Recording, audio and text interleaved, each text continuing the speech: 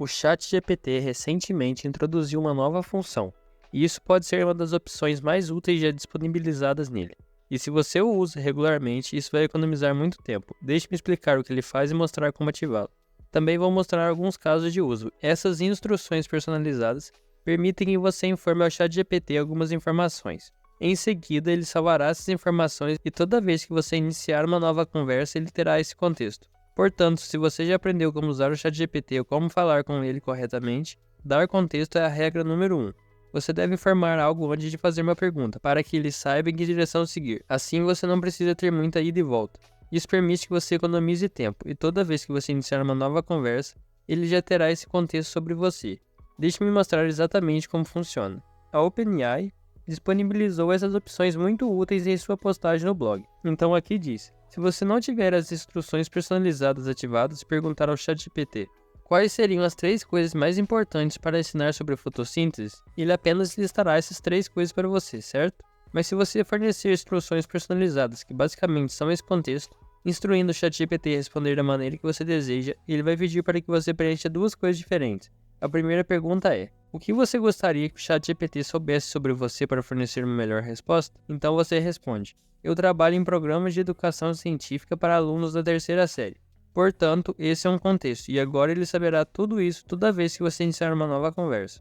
Então você vai dizer a ele como gostaria que ele respondesse. Portanto, aqui diz: o formato de tabela, delineado prós e contras para cada solução, tornando mais fácil comparar e tomar uma decisão. Assim, isso lhe dará esse tipo de resposta todas as vezes. Antes, lembre-se, obtivemos apenas 3 respostas diferentes assim, em listas numeradas.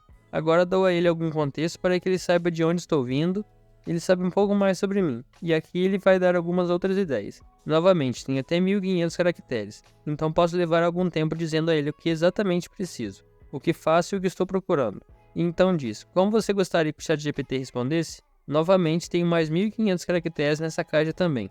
Portanto, o que escrevi foi: o estilo deve ser formal, detalhado e informativo. Evite usar linguagem criativa e promocional, por favor. Portanto, para o meu estilo de ensino, isso é tipicamente o que eu gosto de dizer ao ChatGPT. Claro, isso é apenas um exemplo. Toda vez, aliás, tenho que digitar isso em cada chat. Agora eu não preciso mais, ele vai salvar isso para sempre, enquanto eu mantiver ativado.